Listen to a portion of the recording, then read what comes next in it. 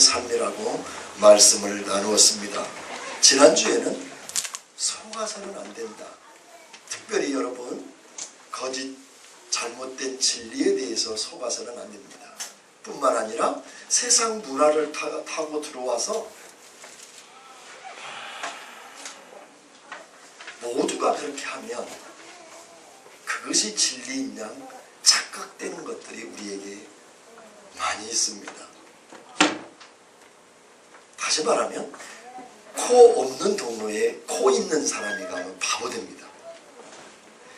모든 사람들이 다 그렇게 행하기 때문에 그게 죄인 줄 모르고 사단의 속임수에 우리가 들어가 있는 것들이 많이 있습니다. 그러므로 여러분, 거기에 속아서는 안 됩니다. 언제나 진리의 빛으로 조명을 받고 그 잘못된 것을 속지 말고 이제는 성령에 사로잡힌 여러분이 될 줄 믿습니다. 똑같은 맥락에서 오늘 바울이 우리에게 권면하는 것은 뭐냐면 빛의 자녀들처럼 행하라.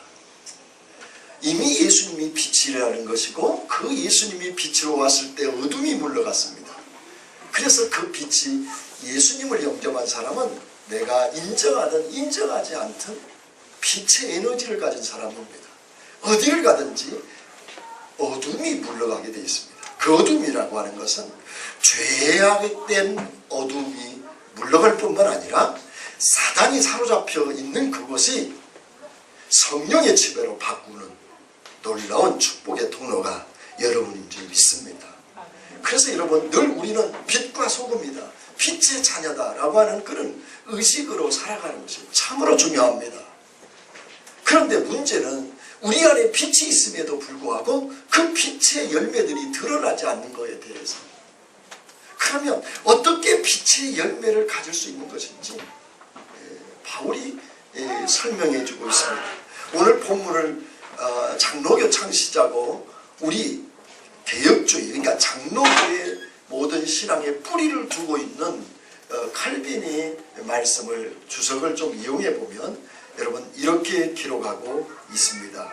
많은 그리스도인들이 이런 일이, 그러니까 앞에서 쭉 거론되었던 모든 죄악들이 자신과는 상관이 없는 불신자들에게만 해당된다고 하는 그런 우리에게 새겨들이지 않고 지나치는 경향들이 있다.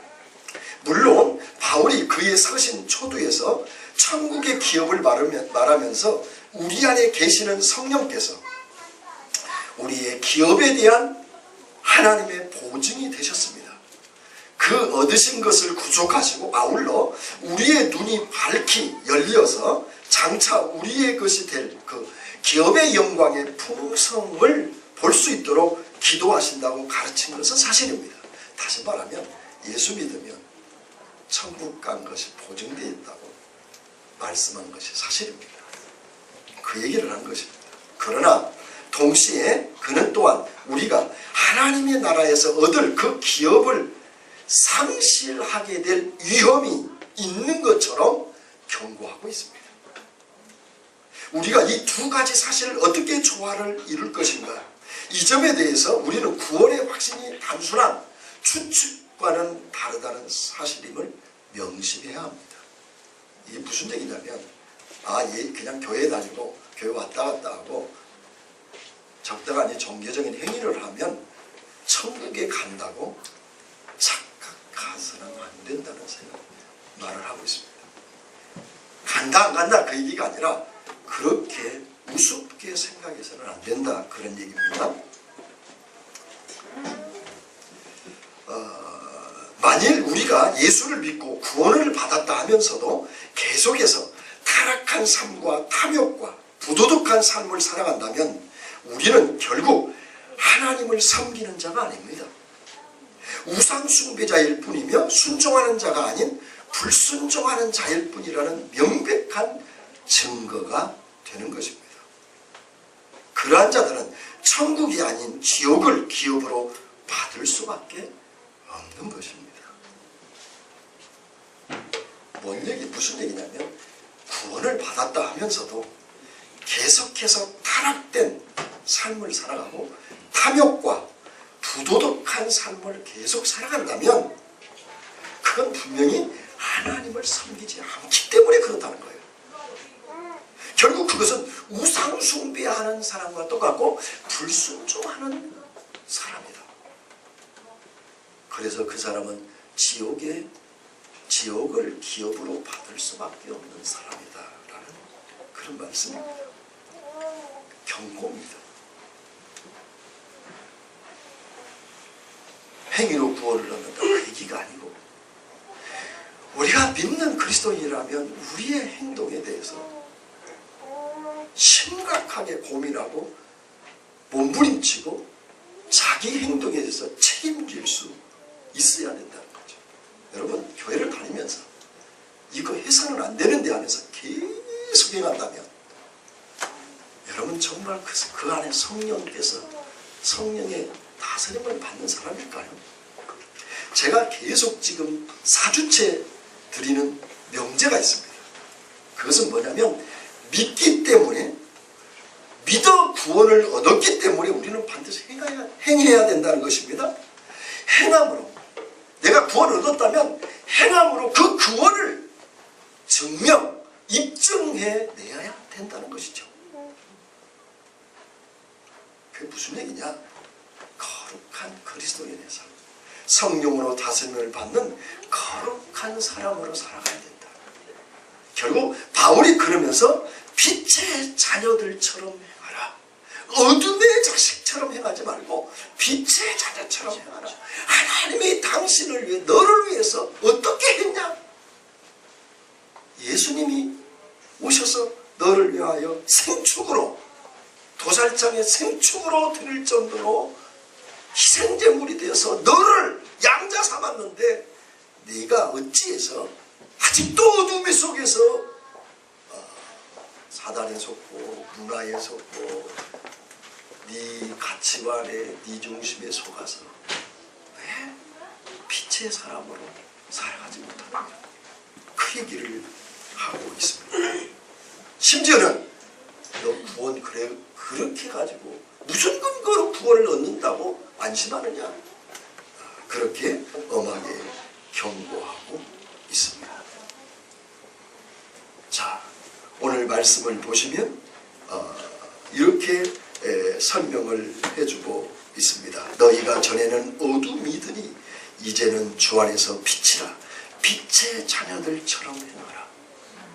빛으로 노력해서 빛과 소금이 되라가 아니고 너희는 이미 빛과 소금이라는 거예요. 너희는 이미 빛인데 왜 빛을 어디다 놔뒀냐 이거예요. 네가 세상살이에 바빠가지고 네 욕심 때문에, 네 생각 때문에 너 안에 있는 예수 그리스도의 빛이 전혀 드러나지 않고 있다. 그러면서 빛의 자녀처럼 해봐라. 빛의 열매는 모든 착함과 의로움과 진실함에 있느니라. 주를 기쁘시게 할 것이 무엇인가 시험하여 보라. 너희는 열매 없는 어둠의 일에 참여하지 말고 도리어 책망하라. 빛의 열매와 어둠의 일이 대조를 이루고 있습니다. 이 어둠의 일이라고 하는 게 뭘까? 빛의 열매가 뭘까? 먼저 어둠의 일이 뭔가를 잠깐 보겠습니다. 이 어둠의 일이라고 하는 것은, 일이란 엘곤이라는 뜻입니다. 이 어둠의 일은 뭐냐면 인위적으로, 인간적으로 만들어낸 결과물을 쓸 때 이 엘곤이라는 말을 써요. 이 일이라는 말을 쓰는데, 이것은 하나님을 떠난 사람들이 인위적으로 만들어내는 문명과 문화를 만들어서 나타내는 열매라 할 수 있습니다. 그러니까 하나님을 떠나가지고 하나님 없이 인간의 본능적이고 쾌락적인 인간의 죄를 바탕 위에 만들어내는 문화들을 말합니다. 예를 들면 동성연애 같은 게 그렇습니다. 제약을 바탕으로 만들어내는 문화예요. 그런데 여러분, 이 문화 속에는 하나님의 다스림과 인도 속에 있는 동시에 절자리 사단이 이 문화를 지배하고 있다는 걸 아셔야 됩니다. 그게 일루미나티입니다. 여러분, 일루미나티에 대해서 좀 연구 좀 해보세요. 여러분 그걸 모르고는 문화를 이해할 수 없어요. 어떻게 우리나라에도 이 음악이나 영화나 드라마 속에 어떻게 사단이 들어와 있는가를 아셔야 합니다. 그래야 그걸 거부할 수 있죠. 이게 죄인 줄 알아야 죄에서 떠나고 멀리하지. 죄인 줄을 모르면 죄하고 짝하면서도 자기가 여전히 거룩한 삶을, 그리스도 안의 삶을 산다고 착각하고 속을 수가 있기 때문에 그렇습니다. 여러분 게임이나 인터넷이나 핸드폰 중독이나 이런 포르노의 중독, 알코올 중독, 이런 중독 속에 얼마나 사단이 사로잡고 있는 줄 아십니까? 이 사단의 전략이 계속 있어가지고 그렇게 가지 않아야 하면 게임이 인기를 끌어요. 그 사단의 전략에 따라 노래나 영화가 안 만들어지면 흥행이 절대 안 돼요. 그래서 그 사탄의 세력들이 계속해서, 심지어는 여러분 그 노래를 부를 때 사단이 같이 노래 속에서 나타나고, 드라마를, 영화를 상영하는데 거기에 사단이 나타나고, 그럼 어제 오늘 얘기가 아니잖아요. 감독들이, 스태프들이 그걸 귀신을 봤다고 그러잖아요. 그 사단의 지배하는 일에. 세계적인 빌보드 차트나 우리나라 노래도 상당수가 그 배경 속에 뭐가 있느냐, 영적인 사단이 지배하고 있어요. 여러분 담배 속에 어마어마한 유해물질이 들어있는 거 아십니까? 그렇게 사단, 그 TV에 광고 보면 저도 화면을 잘, 그냥 눈 돌리고 싶을 정도로 광고 나오는데도 담배를 왜 피운 줄 아십니까? 죽을 줄 알고 거기에 중독돼서 그래요. 똑같이 여러분 핸드폰, 인터넷, 게임이 우리를 중독시켜가지고 우리의 영혼을 파괴하는 거예요. 영혼만 파괴하면 그래도 안심하겠어요. 그것만 한다면. 근데 뭘 파괴시켰냐? 하나님이 없다! 그게 그 문화 속에는 그 일루미나티의 배경이 뭐냐면 하나님이 없다라는 거예요. 하나님 안 계시다. 예수는 없다. 구원은 없다. 천국과 지옥도 없다. 이것을 배경으로 깔고 우리 속에 이 문화를 타고 들어오기 때문에 그걸 오랜 동안 하다 보면 하나님이 없는 거예요. 교회만, 몸뚱아리만 교회를 왔다 갔다 하는 거지, 그 영혼은 완전히 핸드폰에, 게임에, 그리고 모든 이 중독들에 사로잡혀가지고 완전히 놀아나고 있어요. 하나님이 가끔 저를 핸드폰을 만지다가 놀라게 할 때가 있어요. 지난주에도 핸드폰에 통한 이 음란물 타락이 심각하다고 그랬는데, 우연치 않게 제가 핸드폰으로 인터넷은 뭐 거의 한 적이 거의 없습니다. 한 달에 한두 번이나 뭐 급하게 뭐 검색할 때 있는데, 어떻게 검색하다 보니까 사이트가 하나가 딱 뜨는데, 와, 나 뜨거워서 못 볼 사이트가 딱 뜨는 거예요. 아, 이걸 두고 그러는구나. 목사님 나도 순간적으로 클릭을 하고 싶더라고요. 예전에는 저도 클릭을 해요. 그 상황이 오면. 근데 그 순간에 하나님이 딱 저를 딱 차단시켜요. 그런 은혜가 있어요. 참 목사도 이렇게 힘든 가운데서도 다 쉽지 않은 일입니다. 그래서 무섭게 이게 노출되어 있구나. 이미 여러분 초등학생들이 이 인터넷과 안 좋은 사이트에 중독되어 있는 사람들이 여러분 너무 많다는 거예요. 문제는 영혼만 파괴, 하나님과 소통, 교제는 둘째치고요. 문제는 뭐가 있느냐? 하나님이 없다라고 그렇게 한단 말이에요. 하나님이 없다. 계속 교회만, 몸만 왔다 갔다 하고 성경도 보지도 않고 기도도 안 하고 내 죄에 대해서 고민하고 내가 불의하고 악한 이 죄악의 속에서 그런 죄를 짓들이 그걸 합리화시키고 어쩔 수 없던 중독으로. 여러분 정말 중독 중에 중독은 뭔 줄 아세요? 일중독이에요. 일중독. 여기 엘곤이라는 말이 그거예요. 하나님은 노동은 안식일을 위해서 노동을 주셨고, 노동은 하나님 나라를 세우기 위해서 주셨고, 노동은 하나님 영광을 드러내기 위해서 주셨는데, 노동이 하나님 되어버리고 노동이 중독이 되어 되어가지고 노동 속에 하나님도 없고 부모 형제도 없고 사람도 없어요. 일중독에. 여러분, 일을 하지 말라는 게 아니에요.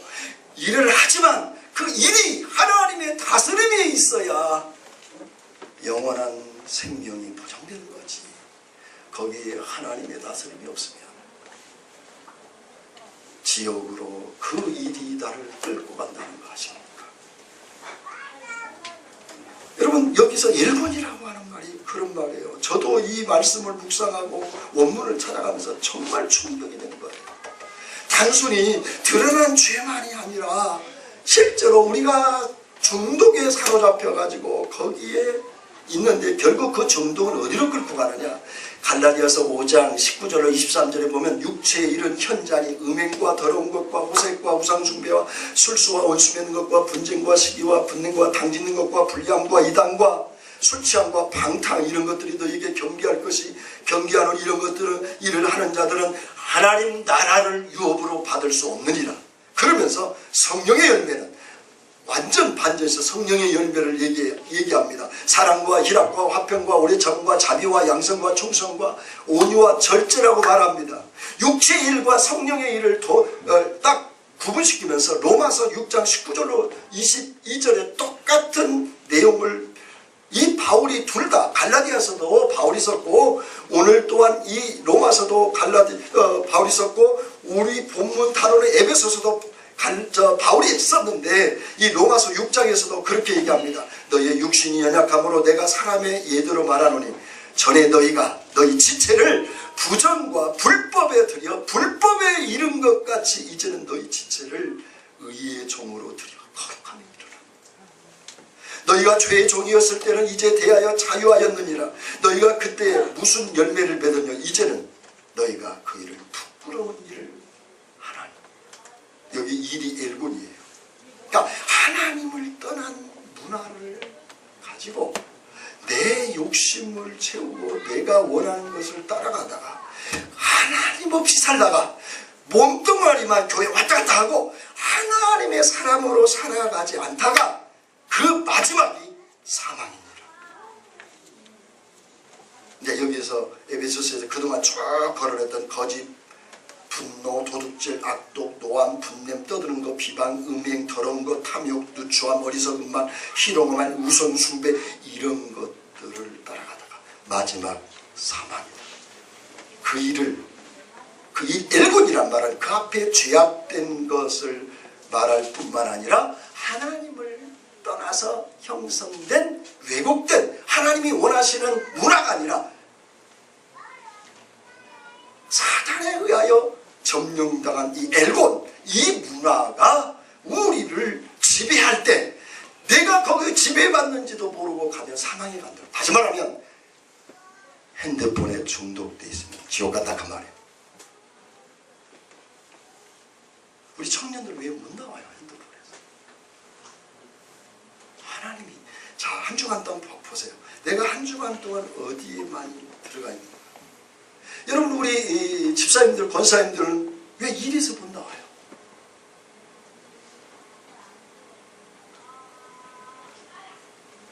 여러분 일 속에 하나님 계십니까? 목사님 그걸 어떻게 알아요? 그 일을 가지고 하나님께 물어봤습니까? 그 일 중독된 게 아니에요. 아, 정상적인 거고 그리스도인. 근데 일을 내 마음대로 해결하려고, 내 생각대로 하려고, 내가 하려고, 내 지혜로 하려고 하는 것, 그거 하나님 거기 안 계세요. 그 일 속에 하나님을 초청하셔야 돼요. 자, 로마서 6장 22절 이렇게 합니다. 그러나 이제는 너희가 죄에서 해방되고 하나님이 종이 되어 거룩함에 이르는 열매를 얻었으니 이 마지막은 영생입니다. 자, 보세요. 하나님을 중독을 제거하고 하나님께 중독되셔서 하나님께 중독되면 하나님을 초청하면 하나님과 더불어 일하고 하나님과 더불어 공부하고 하나님과 더불어 사업하고 하나님과 더불어 사람을 만나고 하나님과 더불어 하면 거룩하다. 그게 거룩한데 그 거룩함의 마지막은 뭐냐? 생명이다. 할렐루야. 그러니까 아멘 소리가 위로가 됩니다. 그러니까 다시 말하면 구원받기 전에 동의했던 모든 일은 나를 사망으로 끌고 가는데 내 안에 예수 성령이 계시는데도 불구하고 내가 여전히 육체와 영혼과 육체가 여전히 옛 생활에 사단에게 계속 끌려가고 있으면 나는 내 그 결론은 영원한 사망이다. 멸망. 그런데 내 안에 성령이 계셔서 성령께 모든 걸 의탁하고 묻고 그분을 의지하면서 그분께 상의하면서 그분의 뜻을 향해서 가면 거기는 영생이 이르른다. 바울의 가르침이 그거예요. 우리는 늘 세상 가치관에 중독되어 있는데 이런 거에 중독되어 있어요. 뭘 업적으로 영광을 드러내려고 그래요. 높아지고 당선되고 가지고 나타내고 보여주는 걸로 영광을 해요. 그 업적은 영광을 성경에서 그렇게 영광을 받은 적이 없어요. 영광을 그렇게 설명한 성경 구절이 없어요. 그건 2차적인 영광이에요. 하나님의 영광은 과정이 있어요. 아까 여러분 이렇게 해야 리얼할까요? 자, 목회자가 목회를 참 잘했습니다. 교회도 짓고 성도도 많이 모이고 열심히 했습니다. 그래서 존경이 성도들이 존경도 하고 자기 스스로 봐도 대단한 목사가 됐습니다. 근데 하나님이 나는 너 모른다. 할 수 있을까요? 없을까요?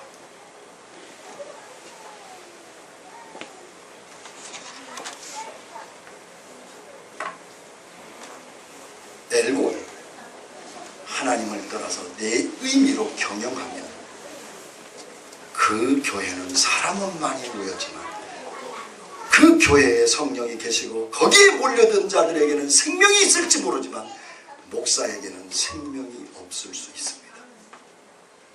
그게 엘곤입니다. 왜요? 목사도 큰 교회 하고요, 좋은 차 타고요, 사람 많이 보면 인정받거든요. 그것을 위해서 교회를 경영하고 교회를 사업처럼 노력하면 된다니까요. 그렇게 해서 얻어졌으면 하나님이 나도 모른다 할 수 있어요. 나는 거기에 없었다. 네가 한 거지 내가 한 거야. 여러분 사업도 열심히 노력하고 정말 잘하면 되잖아요. 동일하게 목회도 사업적으로 할 수 있다니까요. 통째로 교회를 사단이 사로잡고 있는 교회들이 있을 수도 있어요. 여러분 그 일본이란 말이 그 얘기를 하고 있는 거예요. 내가 열심히 신앙생활을 했는데 그것이 바탕이 주를 위한 게 아니고 내 어떤 욕심을 채우기 위한 교회의 열정한 종교적 행위는 내가 너 모른다. 사망에 이를 수 있다는 거예요. 그렇다고 또 이런 설교를 하면 열심히 하면 꼭 이런 설교를 하면 통성 기도합시다 그러면 이럽니다. 지난 주일날 그러더라고요. 지난주 목요일 기도가 뭔가 기도가 태도만 있는 게 아니라 내용이 이런 것이다 이렇게 하니까 그건 제가 경험해 봐서 알아요. 근데 정말 바르게 깨닫는 분들은 그렇지가 않아요. 여러분 그걸 아셔야 돼요. 여러분 그 거룩함에 이르지 아니하면 하나님이 없는 사업, 하나님이 없는 공부, 하나님이 없는 종교적 모임과 행위는 그건 하나님과 아무 상관이 없어요. 기도하지 않고 하루를 살고 하나님께 묻지도 않고 결정하고 하나님이 원하신 뜻이 무엇인가 고민도 안 하며 거기 하나님이 계시지 않아요. 그러면 어떻게 하면 빛의 열매를 맺을 수 있을까? 어떤 것인가? 빛의 열매는 모든 뭐예요? 착함과 의로움과 진실. 착함이 뭐냐? 아가토시네라고 하는 이 말인데, 이기적이지 않고 자기 중심적이지 않으며 모나지 않아서 자기 주위에 있는 모든 사람들의 행복을 촉진시켜주는 것이 착함이라는 거예요. 아가토시네. 그래서 어느 정도냐면 원수까지도 사랑할 수 있는 사람. 그러니까 자기중심적이지 않고 다른 사람을 섬기면서 다른 사람을 행복하게 만들어주는 것이 아가토시네요. 이게 착함인데, 반대로 얘기하면 뭐예요? 그러니까 이 사람이 가는 곳에는 행복이 창출되고 이 사람이 가는 곳에는 사람이 살아나요. 반대로 이기적인 사람은 그 옆에 사람이 죽어가요. 모든 사람이 그를 맞춰요. 가정에서도 이기적인 사람이 한 사람 있으면 온 가족이 힘듭니다. 교회도 이기적인 사람, 인간적인 사람, 육체의 사람, 아까 일곱 자기 일을 위한 일로 나가는 사람은 죽습니다. 그래서 교회 공동체에서 여러분, 일이 중요합니다. 그러나 일보다 더 중요한 것은 하나님이 원하시는 일. 조금 작품이, 예를 들면 오늘 찬양들을 하셨는데 너무 감사해요. 찬양으로 해서 영광 돌리는 것보다 더 중요한 게 있어요. 그것은 찬양을 준비하는 자들의 화합이에요. 사랑이에요. 섬김이에요. 그런데 찬양 잘해보겠다고 이 곡이 맞니 안 맞니, 이게 틀니 맞으니, 하니 마니 이러고 찬양하면 하나님 그거 안 받으세요. 우리는 늘 찬양을 잘해야 하나님께 영광 되겠다고 생각하죠. 그건 조금 못해도 된다니까요. 화합을 이루고 사랑을 이루고 그 찬양 준비하면서 섬기고 사랑해주고 정말 하나됨을 느끼고 가사의 은혜를 받고 이게 뭐냐? 착함이에요. 아가토시네. 행복을 줘요. 또 두 번째는 의로움인데, 이 네펫이라고 하는 말인데, 이 말은 다른 존재들과 바른 관계를 맺고 그 관계가 요구하는 것을 성실히 수행하는 것을 의라고 말합니다. 이 의로움. 그러니까 이것도 마찬가지예요. 선입견이나 충동적으로 자기중심적으로 하는 게 아니고 정말 다른 사람을 섬기고 사랑하는 건데, 이건 이래. 이 의로움이라는 건 뭐냐면 하나님과 내가 원수되었었는데 예수 십자가로 회복되어서 하나님 아버지와 아들 관계가 됐어요. 하나님이 주인이고 내가 종이 됐어요. 영적으로 주님이 신부가 되고 내가 신부가 되고 영적으로 주님이 신랑이 됐어요. 그렇게 회복된 사람이 어떻게 해요? 사랑하지. 하나님이 나를 얼마나 사랑한 줄을 알기 때문에, 하나님을 사랑하기 때문에 하나님이 원하시는 뜻이 무엇인가를 깨닫고 그 뜻을 위해서 모든 정열을 다 쏟아 순종하는 것이 이 네펫이 의로움이라는 거예요. 한마디로 얘기하면 내 뜻을 접고 하나님의 뜻에 맞추는 것이 의로움이에요. 할렐루야. 의롭다 하심이라는 게 뭐냐? 죄로부터 지옥에 갈 우리를 예수 그리스도로 천국에 가도록 전환시켜 줬을 뿐만 아니라, 그랬을 뿐만 아니라 모든 일에서 하나님이 기뻐하신 뜻대로 살아가려고 몸부림치는 사람이 이 네펫이 의로움이라는 거예요. 아시겠어요? 이해가 좀 가시는지 안 가시는지, 눈이 또랑또랑하고 가시는 것 같기도 하고 몰라서 부르는 건지 이해가 돼서 그러는 건지, 여러분 셀 모임에서 깊이 생각하시고 또 반복하세요. 저도 이걸 집에 가서 또 읽어봐요. 두세 번을 또 읽어봐요. 내가 설교했지만 나도 신앙생활을 해야 되니까.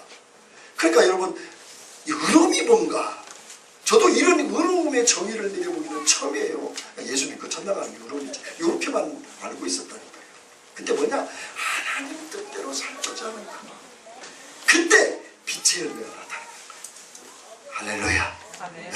그러니까 하나님 뜻대로 살라고 막 노력을 할 때 거기에 영광이 늘어나는 거지. 뭘 성공하고 실패하고 거기서 영광이 아니라는 거, 그 순간적으로 나타날 수 있지요, 물론. 그러나 그건 세상적인 영광이고, 그리스도의 영광은 어떻게든지 주님 뜻대로 살려고 발버둥치는 그 모습을 보고 하나님이 내 새끼, 내 새끼라고, 내 딸이라고, 그냥 그래도 힘들구나, 내가 또 하라고 힘내거라, 조금만 더 가거라, 조금만 인내하거라, 조금만 더 마음을 들피거라, 내가 너를 예비해 놓고 있다. 지금 광야길이라 힘들지. 물도 없고 목욕도 못하고 먹을 것도 없고 자기도 불편하고, 조금만 기다려라. 젖과 꿀이 흐르는 가나안 땅이 예비되었다. 할렐루야. 홍해가 있느냐, 내가 가르겠다. 여리고 성이 있느냐, 내가 무너뜨리겠다. 내 기림들이 있느냐, 내가 그들을 물리칠 거다. 조금만 기다려. 할렐루야. 이것이 그리스도인의 자세인 것입니다. 자, 또 하나 마지막으로는 진실함입니다. 이 진실함은 뭐 우리가 잘 아는 건데, 속임이 없는 걸 말합니다. 단순히 속임을 말하는 게 아니라 아까 얘기한 것처럼 예수님 자체가 빛이에요. 어둠이 물러가는 거예요. 내가 인정하든 인정하지 않든 어둠이 물러가요. 이 어둠이 뭐냐? 불의가 내가 가는 곳마다 내 안에 주의 성령이 계시기 때문에 내가 진실하니까 어둠이 물러가고 사단이 물러가고. 여러분 가끔 그런 거 느끼시잖아요. 사단이 내 안에서 쫙 물러가는 걸 느끼잖아요. 안 느끼세요? 느낄 때까지 기도하세요. 그 성령께서, 여러분 사단이 내 안에서 쭉 물러가고 성령이 나를 쫙 사로잡는 경험이 매주마다 있어야 되고, 매일 있으면 더 좋고, 여러분 그런 은혜가 넘치기를 원합니다. 그래서 그러면 어떤 일이 일어나? 빛이 딱 네 안에 내주하셔서 빛이 에너지로 일어나기 때문에 어떤 일이 일어나느냐? 어둠이 물러가는데 부끄러운 일들이 다 사라져요. 여러분 이 말은, 이 착함이라고 하는 이 말은, 여러분 내 안에서 신앙적으로 생활할 때 거리낌이 없어야 된다는 거예요. 투명해요. 자, 하나님 앞에 신앙생활하는데 거리낌이 있다. 이거 해결해야죠.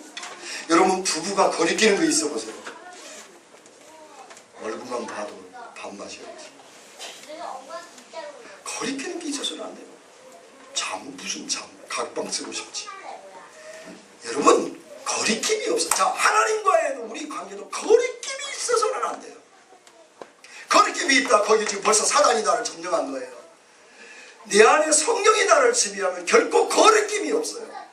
내가 하나님 앞에 나갈 때 거리낌이 없어야 돼요. 그것은 나를 죽게 만들어요. 사망에 이르게 해요. 거기에 무슨 성령이 있어요? 거기에 무슨 하나님 나라가 있고 거기에 하나님의 임재가 있겠어요? 거리낌이 없어야 돼요. 아무거나 먹고 마시지 마시고. 그것만이 아니에요. 내가 예배하러 갈 때 거리낌이 없어야 돼요. 그 회개하셔야 돼요. 금식하고 철야하고 내가 눈물을 흘리며 거리낌이 없어야 돼요. 그러니까 여러분 우리가 하나님 앞에 나갈 때, 저도 그래요. 강대상에 올라갈 때 거리낌이 없어야지. 거리낌이 있으면 그만큼 하나님이, 성령 하나님이 탄식하고, 그리고 그 거리낌이 나를 고통으로 몰게 하고, 그 거리낌을 통해서 사단이 딱 들어왔고, 네가 그래도 목사야 그래. 그런데 여러분 성령이 나를 사로잡힙니다.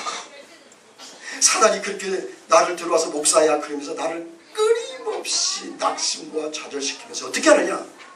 나를 사역에서 끌어내려요. 설교 준비가 안 되고요. 기도가 안 되고요. 그래서 여러분 제일 제가 무서운 게 뭐냐면 거리낌이에요. 어떤 때는 마음 하나도 사단이 나에게 휙 들어가고 나를 넘어뜨릴 때가 있어요. 마음 하나가. 것을 몰아내야 돼요. 그리고 그런 마음을 허락된 것을 용서해달라고 회개하고 나가셔야 돼요. 그러니까 24시간 기도를 안 될 수가 없어요. 그 순간 들어오면 야, 너 이 사순절인데 네가 이렇게 마음먹어서 되겠느냐. 나는 너를 위해서 고난당하고 있고 조롱과 핍박당하고 있고 굶주리고 헐벗고 있고 그런데 네가 여기서 이렇게 생각하면 안 되지. 힘드냐? 부활을 내가 예비해놓았다. 힘드냐? 영원한 천국에서 네가 상상할 수 없는 그 영광의 축복을 준비해놨다. 그럼 내 안에서 그러죠. 하나님 이 땅에서도 좀 주셔야죠. 안 준 게 뭐 있냐? 안 준 게 많은데요. 때가 되면 주느니라. 할렐루야. 그러면 힘이 나죠. 여러분 그렇게 되기를 축복합니다. 바울이 10절을 보세요. 같이 읽을까요? 시작. 주를 기쁘시게 할 것이 무엇인가 시험하여 봐라. 이 시험한다는 말이 토키마조라고 하는 말인데 로마서 12장 2절의 이 말씀과 똑같아요. 이 단어를 똑같은 단어를 썼어요. 너희는 이 세대를 본받지 말고 오직 마음을 새롭게 함으로 변화를 받아 하나님이 선하시고 기뻐하시고 온전하신 뜻이 무엇인지 분별을 하라. 이 분별이 시험이라는 단어와 똑같은 단어예요. 토키마조. 그러니까 분별하라는 거예요. 이 시대를 살아가면서 하나님이 기쁘신 뜻이 무엇인가를 여러분 분별할 줄 알아야 돼요. 이 시대를 어떤 시대인지를 여러분 도끼마죠. 분별이 돼야 돼요. 그리고 시험할 줄 알아야 돼요. 시험은 여러분 능력 있는 사람이에요, 능력 없는 사람이에요. 선생님이 시험 내요, 학생이 시험 내요. 선생님이 시험 내죠. 너희가 세상의 선생이 돼가지고 이 세상을 분별할 줄 알아라 그 말이에요. 사단을 문화를 두고 사단이 들어오는 것을 분별할 줄 알고 내 안에 사단이 성령의 역사가 아니라 사단이 들어온 것을 분별할 줄 알고 거짓 진리를 분별할 줄 알고 저게 마귀 역사인지 성령의 역사인지 분별할 줄 알고 정말 우리 교회 안에 일어나는 일이 성령의 역사인지 사단의 역사인지 내 안에서 일어나는 일이 우리 가정에서 일어나는지 성령의 일인지 사단의 일인지 분별할 줄 알고 지금 이 나라 이 백성이 어려움 당하는 것이 사단의 역사인지 성령의 역사인지 분별할 줄 알고 알 수 있어야 돼요. 그래야 빛의 열매를 맺을 수 있다는 거죠. 할렐루야. 한마디로 하나님이 기뻐하시는 일이 무엇인가를 늘 고민하셔야 돼요. 이렇게 하면 하나님 기뻐하실까? 어떤 결정을 앞두고 어떤 계획을 세우고 어떤 실천을 앞두고 이것이 하나님이 기뻐하는 일일까?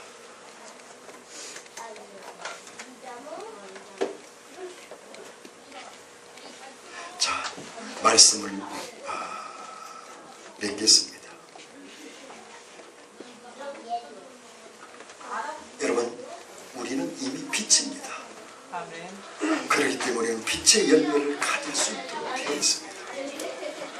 그러므로 여러분 죄를 짓지 마십시오. 중독에서 나오십시오.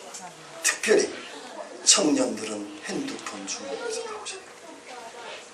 하나님이 들어가실 틈이 없대요. 지난주에 제게 하신 말씀이 있는데 성령 충만할 때 말씀을 드릴 거예요.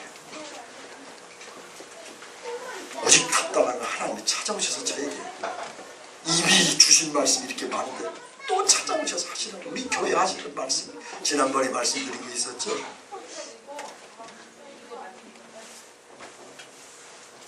거룩한 뿌리가 포로되었다. 3월 5일날 2월 5일 8일인가 그때 주신 말씀 지난주에 또 하나 주셨어요. 3월 이제 성령 충만 설교할 때 그 말씀을 내가 드릴 거예요. 여러분 이 중독에서 나오셔야 돼요. 특별히 일중독에서 나오셔야 돼요. 하나님 없는 일 그건 하나님과 상관없는 거예요.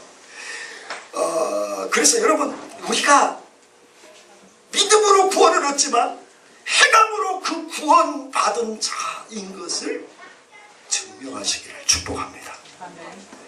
그래서 여러분 이제는 정말 빛의 열매로 살아야 돼요. 빛의 열매를 뭐냐냐? 착함, 남을 행복하게 해주시기를 축복합니다. 그럴 빛의 에너지가 여러분 안에 예수의 에너지가 있기 때문입니다. 또 의로움, 하나님이 원하시는 뜻대로 사시기를 원합니다. 또 진실함, 하나님과 사람을 속이지 않고 철저하게 이 세상의 문화에 흔들리지 않고 속이지 않고 믿음으로 달려가는 것입니다. 한마디로 얘기하면 예수님의 마음으로 이타적인 삶을 살아가는 거예요. 섬기고 희생하고. 여러분, 그래서 이제는 이 사순절을 맞이해서 우리가 금식도 하고 기도도 해야 됩니다. 아침 금식 내지는 또 미디어 금식하고 이렇게 많이 해야 되면서 특별히 우리가 기도할 것은 내가 죽고 그리스도가 살아. 아까 찬양이 정말 은혜스럽대요.